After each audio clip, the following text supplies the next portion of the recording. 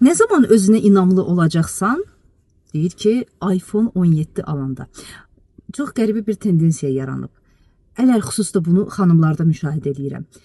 Özünü ispat eləməkdən ötürü, hətta imkanı çatmasa belə, kreditlə alsa belə, iPhone 17 əldə edir. Marketoloqlar insanların zəif damarlarını yaxşı bilirlər. Bəyənilmək ehtiyacı ya da bəyənilməmək qorxusu. Acı həqiqət budur ki, dostlar, heç bir bahalı telefon, bahalı maşın, bahalı geyim, bahalı və populyar olan heç nə özünə inam hissini qaldırmır. Ona qalsa bundan əvvəl də iPhone 17 yox, 16, 15, 14 işlətmişdin ya da bu yanaşmada olduğuna görə hansısa bahalı nələrsə işlətmişdin. Özünə inamın qalxdı mı? Qalxsaydı bugün sən gedib iPhone 17-ni almaq belə zərurəti, ehtirası, ehtiyacı hiss eləməzdin. Görürsən, o boşluq heç vaxt dolmayıb və dolmayacaqdı. Əşya səni daşımalı deyil, sən əşyanı daşımalısın. O özünə inam hissi bax buradan gəlir. Həmin hiss bir gücdür, səni təmsil eləyir. İstəyirsən sadə paltar geyin, istəyirsən münasib, büdcənə uyğun bir maşın sür, heç fərqi yoxdur. Sən o maşından düşəndə və ya o 200-300 manatlıq telefonu cibindən çıxardıb qulağına qoyanda ya da o sadə paltarda belə həmin gücü o qədər güclü formada yansıdırsan ki, sanki içində bir günəş var, onun şəfəqləri ətrafa saçıldı. Çevrənizdə kifayət qədər belə insan var.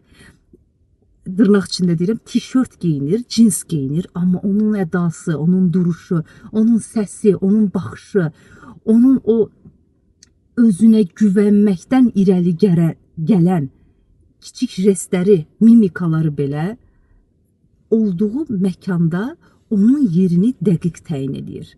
Bu adam parıldayır. Dostlar, təhsil, özünü yetişdirmək, dünya görüşü, etika, mədəniyyət, üslub, bunlar da insanı o bəzilərinin təbirincə desək bahalı eləyən, heç bir zaman dəbdən düşməyən bir neçə məsələ var. Məsələn, gözəl danışmaq heç vaxt dəbdən düşmür. Amma iPhone 17 2-3 aydan sonra, mən bilmirəm o markanı neçə aydan bir çıxardırlar. Çünki 16-nı da almamışam, 15-i də. Neçəsə aydan sonra dəbdən düşəcək. Amma gözəl üslub dəbdən düşməyəcək. Kübar davranış, humanizm, dünya görüşü geniş olsun, amma bunu gözə soxmaq üçün çoxlu danışmasın. Bax, belə bir insan və s. və ilaxır. Bunlar hər zaman klassikadır, klassikada hər zaman dəbdədir. Sanki bu ilin trendi olan bir paltar var, onu da almışsan, asmışsan, amma mütləq sənin, mütləq qarderobunda ən azı bir qara şalvar, qara pencək, qara ətək var. Bu il də geyinə bilərsən, 15 il sonra da dəbdə olacaq, 20 il əvvəl də var idi, o hər zaman dəbdədir.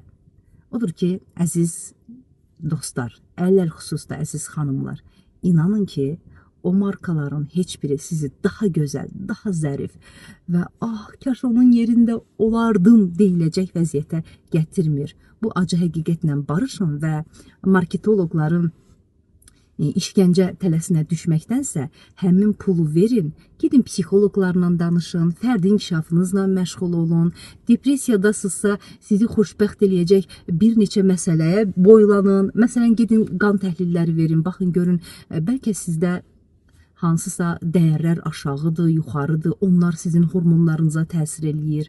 Bütün daxili orqanlarınızı yoxlatdırın, bədən sağlam olsun, idmana yazılın, üzgüçlüyə yazılın, yoqaya yazılın, nəsə eləyin, bu bədən üçün, bu ruh üçün nəsə eləyin. Amma o toxunduğunuz əşyalar, inanın ki, boş şeydir. Dost gerçəyi söyləyər, acı da olsa, amma mən bunu deməliydim.